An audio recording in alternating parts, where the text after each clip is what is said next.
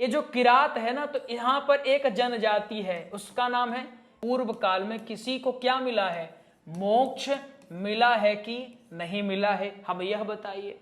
राधे राधे, कुंज बिहारी लाल की जय। कैसे हैं आप लोग?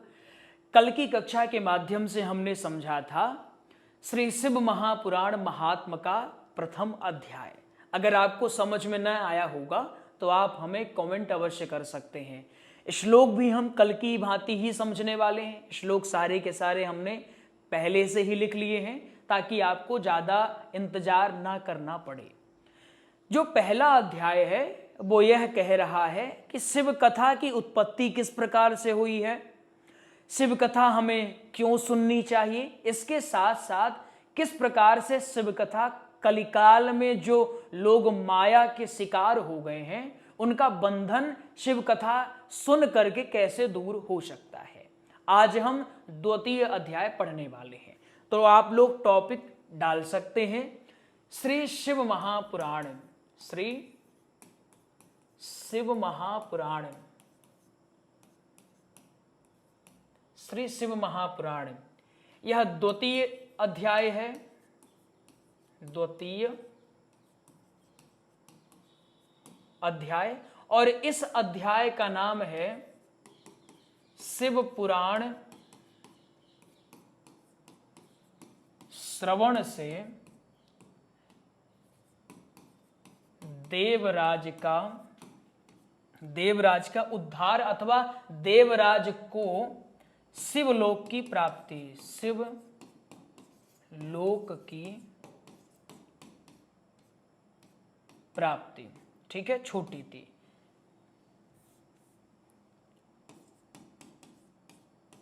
शिवलोक की प्राप्ति अपने अध्याय का यही नाम है। ठीक है, देखो प्रश्न कौन कर रहे हैं, जिन्होंने कल प्रश्न किया था वही आज भी प्रश्न कर रहे हैं। प्रश्न लगभग कल की भांति ही करेंगे, मतलब एक प्रश्न करेंगे और एक उत्तर देंगे। प्रश्नकर्ता कौन है? सौनक जी महाराज। उत्तर कौन दे रहे हैं? सूत जी महाराज।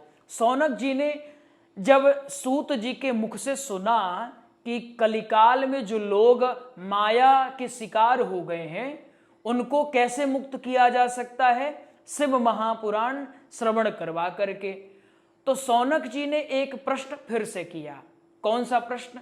हे महात्मन, आप मुझे यह बताइए, क्या पूर्व काल में कोई ऐसी घटना हुई है जो शिव कथा सुन करके, या किसी के साथ ऐसी घटना हुई है कि शिव कथा सुन करके कोई मोक्ष प्राप्त कर लिया हो? भाई मान लो हम आपसे कहें कि शिव कथा सुन करके शिवलोक प्राप्त होता है, तो आप कहेंगे गुरुजी क्या प्रमाण है इसका, आप प्रमाण दीजिए। भाई प्रमाण के बिना कुछ काम नहीं चलेगा, इसलिए प्रमाण आपको देना पड़ेगा, दृष्टांत आपको देना पड़ेगा। यही प्रमाण, यही दृष्टांत आगे चल करके कौन देगा? सूत जी महाराज देंगे। समझ गए हो ना?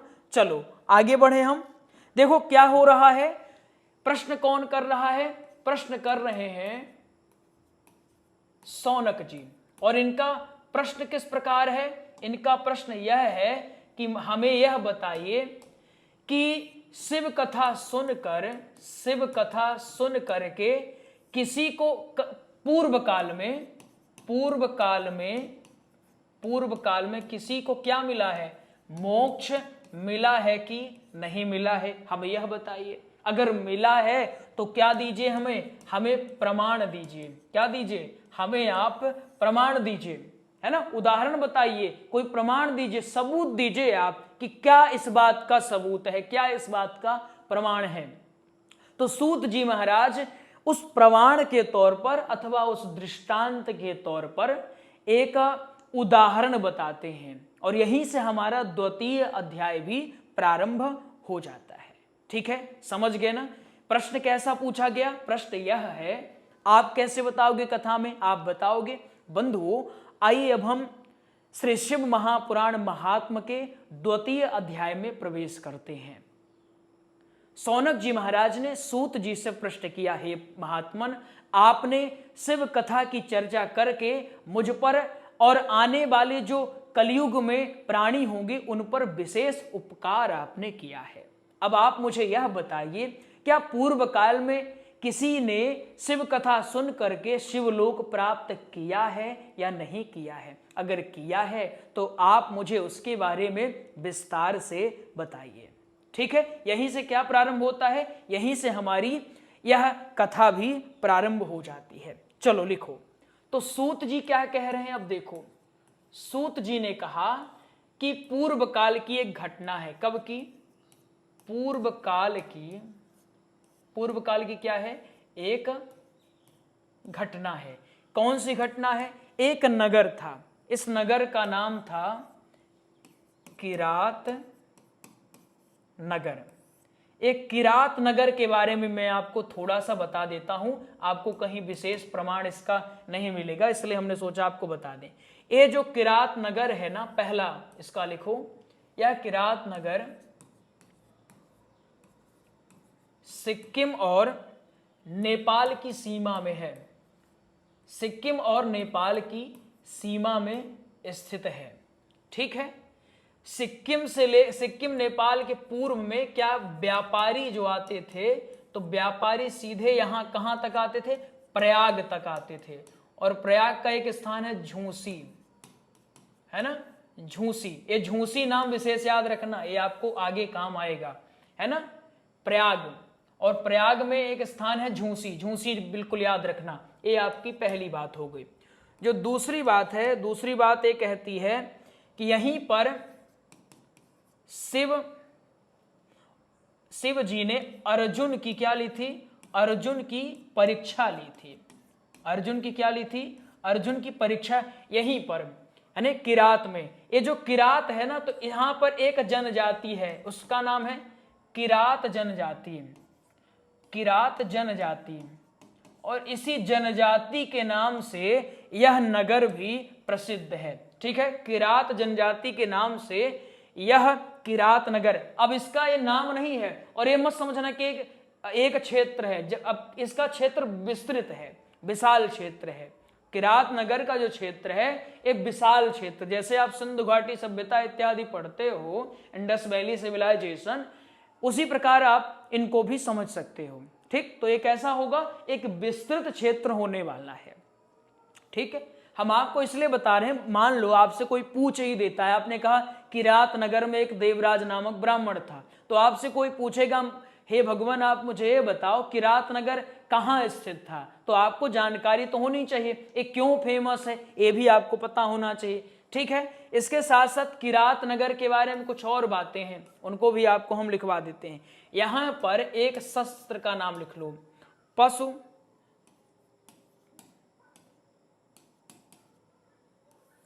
ठीक, पशु शास्त्र। ये जो पशु शस्त्र है, ये शिव जी ने किसको दिया था? अर्जुन को दिया था। एक बातें हो गई। ठीक है, यहीं पर एक मंदिर है, उस मंदिर का क्या नाम है? किरातेश्वर महादेव मंदिर। ठीक है, नदी के तट पर है, उस नदी का भी नाम लिख लो, रंगीत नदी के तट पर, नदी का नाम है रंगीत। तो यहीं पर क्या है? यहीं पर किरातेश्वर महादेव मंदिर है। ठीक है, चलो, अगर आप लोग कोई हो वहां से तो हमें बिल्कुल कमेंट करके बताना कि हम यहां से हैं। समझ गए इतनी बात ना? हम आपको रटंतु तोता नहीं बनाना चाहते हैं। रटंतु बनाना होता तो और भी आसानी से आपको बनाया जा सकता है। रटंतु बनना है तो कहीं और आप कक्षा लेना। हमें चाहते हैं कि हमसे सीखा हुआ बच्चा एक रटंतु कथाकार न बनकर के एक समझदार कथाकार बने। और मुझे ऐसा लगता है कि रटंतु कथाकार सिर्फ अपना जेब गरम कर सकता है, संसार का कल्याण नहीं कर पाएगा वो। तो इसलिए आप लोग रटंतु तोता बिल्कुल मत बनो, एक समझदार वक्ता आप बनो, जिसको समाज की सारी जानकारी हो, अंदर से अंदर की जानकारी हो। भाई आपको गूढ़ से गूढ़ बातें पता हो।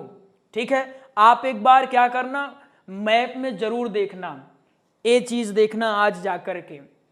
सिक्किम और नेपाल का जो बॉर्डर है उसको आप जरूर देखना और वहां देखना कि यहाँ था। वहीं पर एक मार्ग पहले मार्ग हुआ करता था सिक्किम से, जो सीधे कहां तक आता था, यहाँ प्रयाग तक आता था वो मार्ग। यहाँ तक व्यापारी आया जाया करते थे। और वहीं एक बार आगे जो हमारी कथा है, हमारी कथा का जो मुख्य पात्र है वह भी आएगा।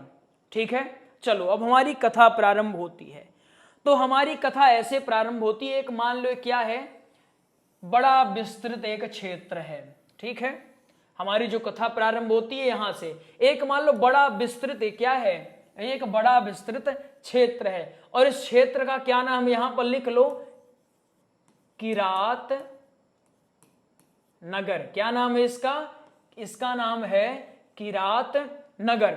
और इस किरात नगर में क्या रहता है, इस किरात नगर में एक ब्राह्मण रहता है। कौन रहता है, एक ब्राह्मण रहता है। ठीक है, क्या रहता है, एक ब्राह्मण रहता है। इस ब्राह्मण का क्या नाम है, देवराज नाम है। ये ब्राह्मण जो है एक काम क्या करता है, ये रस बेचने का काम करता है, रस बेचने का काम करता है।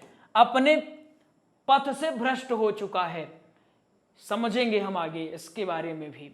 एक ब्राह्मण रहता है, नगर क्या है, समझ गए ना। हम ये चाहते हैं कि आप कथा को घोल जाओ, पी जाओ, ऐसा ना हो कि आपको बार बार एक प्रसंग देखना पड़े। इसीलिए हम इस प्रयास करते हैं कि कक्षा में जो विद्यार्थी जुड़े उसको ऐसा पढ़ा दिया जाए कि दोबारा उस प्रसंग के लिए बच्चे को परेशान होना ना पड़े। कल कुछ बच्चे पूछ रहे थे, गुरुजी ये बताइए शिव महापुराण का नोट्स प्राप्त करना है, हम कैसे प्राप्त कर सकते हैं। बड़ा आसान है बेटा, क्या करो, देखो जो हमारा शिव कथा का नोट्स है, शिव कथा का, ये शिव कथा का नोट्स आप सब जानते हैं तैयार हो चुका है। इन्हें आप क्या कर सकते हैं, घर पे मंगा सकते हैं। ये नोट्स आपको कितने दिवस के मिलेंगे, 9 दिवसीय रहेंगे। पूरा टाइपिंग में बड़े बड़े अक्षर के साथ रहता है, बाइंडिंग में आपको आपके घर भेज दिया जाएगा।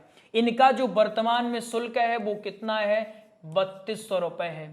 ठीक, तो आपको क्या करना है, इस नंबर में कॉल कर लो, नंबर है 8269386376। इस नंबर में कॉल कर लो। आप जानकारी जो और लेना चाहो जानकारी ले लो, अथवा सीधे शुल्क जमा करके अपना एड्रेस भेज करके अपने घर पर मंगा लो। बहुत साधारण सी प्रक्रिया है। कॉल नहीं करना है तो डायरेक्ट आप व्हाट्सअप करो, व्हाट्सअप के माध्यम से आप जानकारी ले सकते हो और सीधे आप नोट्स मंगा सकते हो। बताना गुरुजी हमें शिव कथा का नोट्स, अच्छा शिव कथा के साथ साथ भागवत कथा का भी नोट्स तैयार हो चुका है। भागवत कथा, हनुमंत कथा का नोट्स तैयार हो चुका है, श्री राम कथा का नोट्स तैयार हो चुका है, कथाओं का प्रचार करने के लिए सत्संग का नोट्स तैयार हो चुका है, भजनामृत का नोट्स तैयार हो चुका है। एक अभी हमारा नवीनतम नोट्स जिसका नाम है प्रवक्ता दर्पण, वह तैयार हो चुका है। प्रवक्ता दर्पण क्या है, मतलब अगर आप शुरुआत कर रहे हैं कथा की, आपको नहीं पता व्यासपीठ की गरिमा क्या होती है, कैसे बैठना है, कैसे बोलना है, कैसे परिक्रमा लगानी है, हम ये शुरुआत की जो छोटी छोटी जानकारी, वो सारी जानकारी प्रवक्ता दर्पण में है। तो आप तमाम चीजें प्राप्त कर सकते हैं जो भी आपको प्राप्त करना होगा। वीडियो के डिस्क्रिप्शन में भी डला हुआ है, तो आप वहां पर भी जाकर के इसको देख सकते हैं। ठीक है, चलो तो किरात नगर जो है ना, किरात नगर में कौन रहता है, एक ब्राह्मण रहता है। ब्राह्मण का क्या नाम है, बार बार बोलो, बोलो इसको, बोलो क्या नाम है, हाँ देवराज नाम है भाई। क्या नाम है, देवराज। क्या काम करता है, वो रस बेचने का काम करता है। और वो कैसा हो चुका है, ये जो ब्राह्मण है ना भाई, ये ब्राह्मण पतित हो चुका है। कैसा हो चुका है, पतित हो चुका है। पतित होने के साथ ये ब्राह्मण कैसा हो चुका है, ये ब्राह्मण लोभी हो चुका है ना, धन का लोभ इसको खूब आ चुका है। ये ब्राह्मण लोभी के साथ कामी हो चुका है। विशेष समझ लेना कि लोभी है, पतित है, कामी है, ठीक है, क्रोधी हो चुका है ना। कैसा हो गया है, क्रोधी हो चुका है। ये जो ब्राह्मण है कैसा हो चुका है, कपटी हो चुका है। कौन, ये देवराज नामक जो ब्राह्मण है, इसमें ऐसे ऐसे अवगुण आ चुके हैं। इसका विवाह पहले ही हो चुका है ना। देवराज ब्राह्मण का जो विवाह है ये पूर्व काल में ही हो चुका है। ठीक। लेकिन एक दिन क्या होता है, एक किरात नगर के यहाँ कोने में क्या है, किरात नगर के कोने में एक तालाब है। क्या है भाई, एक तालाब है। इस तालाब में एक कई सारी वेश्याएं स्नान करने के लिए आई। कौन? वेश्याएं। कई सारी वेश्याएं यहां पर काहे के लिए आई? स्नान करने के लिए आई। तभी ये जो देवराज नामक ब्राह्मण है ना, ये ब्राह्मण गुजरा यहां से, और यहां पर एक पेड़ था। इस पेड़ की ओट में छिप करके एक वेश्या को देखने लगा। उस वेश्या का नाम जानते हो क्या है? उस वेश्या का नाम था शोभावती। नाम लिख लो, कहीं पर लिख लो। कहां पर लिखोगे भाई, जगह ही नहीं।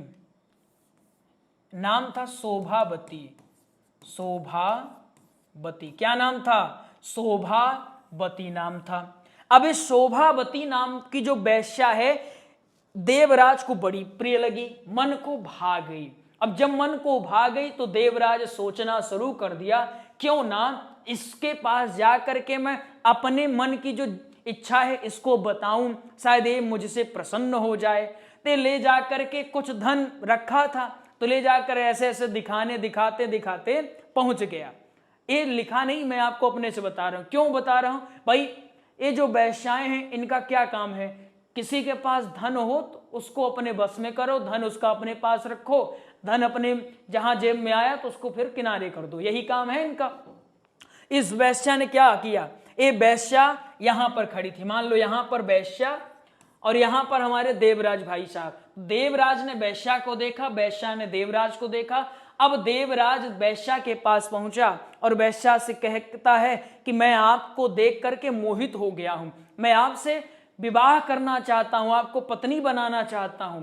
वो भी तैयार हो गई धन के लोभ में। अब दोनों साथ साथ सुंदर ढंग से विहार करना शुरू कर दिए। इनकी जो पत्नी है बार बार समझाती रही, स्वामी ऐसा ना करिए, ऐसा ना करिए। माता पिता खूब समझाए, लेकिन ये देवराज अपने माता पिता पत्नी दोनों को बहुत उटपटांग कहना शुरू किया कि तुम लोग मुझे ऐसा कहते हो, तुम लोग मुझे सही मार्ग में जाने नहीं देते हो। मतलब जब किसी की बुद्धि मर जाती है ना, तो फिर उसको अच्छी बातें समझ में नहीं आती। वो क्या होता है, वो समाज को गलत या अपने नजरिए से ही देखना शुरू कर देता है। इतना समझ में आ गया ना? पक्का बताओ। देखो क्या हुआ, किरात नगर है। हाँ गुरुजी पक्का। किरात नगर में एक ब्राह्मण रहता है जिसका नाम है देवराज। वो ब्राह्मण कैसा हो गया है? पतित हो गया है। ठीक है, वो ब्राह्मण क्या हो गया है? वो ब्राह्मण पतित हो गया है। यहां जो श्लोक है ना, ये वाला श्लोक कहां गया भाई? ये श्लोक जो है, ये श्लोक इसी का है। ये आगे जब आपको श्लोक बताएंगे, ये वाला श्लोक इसी प्रसंग का है। ठीक है, तो ये किरात नामक जो वो है ना, कहां गया? हाँ, एक किरात नगर जो है, किरात नगर है, यहीं पर एक देवराज नामक ब्राह्मण एक दिन क्या करता है? एक ब्राह्मण का पहले स्वभाव आपको बताना पड़ेगा श्रोताओं को कि इस प्रकार इसका स्वभाव है। एक दिन स्नान करने कहां पहुंचता है? ये भी तालाब में पहुंचता है। वहीं पर कई सारी वेश्याएं स्नान कर रही थी। इसने एक वेश्या को देखा जिसका नाम था शोभावती। क्या नाम था? शोभावती। शोभावती को देख करके मोहित हुआ। अब आगे देखो, एक किरात नगर में ही, मान लो एक किरात नगर पूरा है, किरात नगर के एक कोने में इस देवराज का भी क्या था? देवराज का भी यहीं पर घर था। अब एक दिन देवराज बाहर से आता है और बाहर से इसकी इसकी पत्नी और माता पिता तीनों यहां पर, मान लो पत्नी यहां शयन कर रही है और माता पिता यहां शयन कर रहे हैं। आया और देखा कि मैं क्यों ना इनको भी मार डालूं और इनका भी धन अपने कब्जे में कर लूं।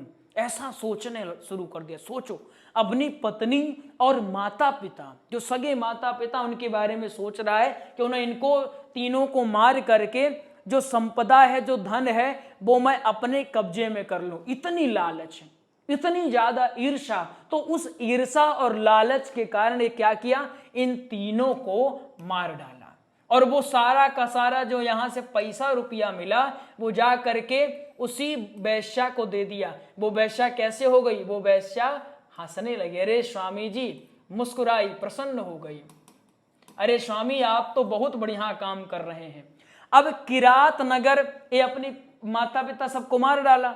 अब किरात नगर से निकल करके कहां पहुंचता है? यहीं पर जो आपको हमने एक स्थान बताया था ना, झूसी प्रयाग।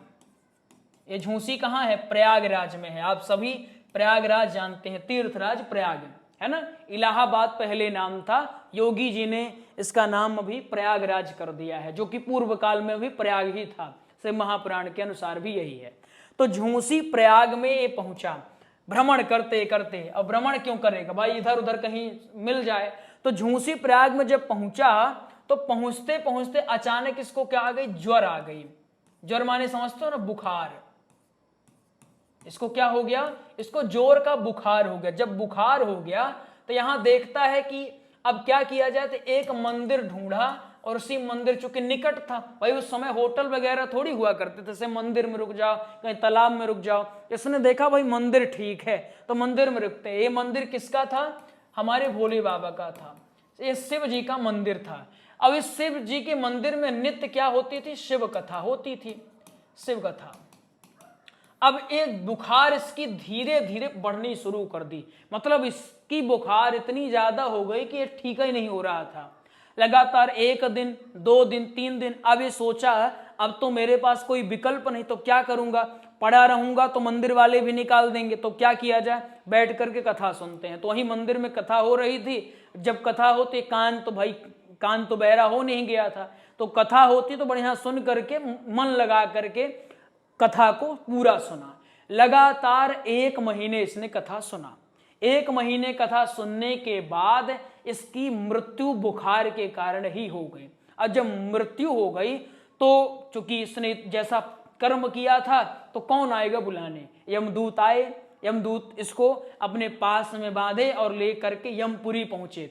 जैसे ही यमपुरी के द्वार पर पहुंचे, वहां से भगवान शंकर के गण भी आ गए। गणों ने कहा कहां जा रहे हो? रुको, इसको कहां लेकर के जा रहे हो भाई? यमदूतों ने कहा स्वामी कौन हैं आप लोग? ये जानते नहीं, ये महापापी है। भगवान शंकर के गणों ने कहा देखो ये कोई पापी नहीं है, तुम कौन होते हो ये निर्णय लेने वाले? अरे ये तो भगवान शंकर की पुण्यमयी कथा सुना है, ये पापी थोड़ी है। तुरंत वहां से भगवान शंकर के गणों ने उसको अपने यानी देवराज ब्राह्मण को अपने विमान पर बैठाया और भगवान शंकर का जो दिव्य लोक है, शिवलोक, वहां पर पहुंचा दिया।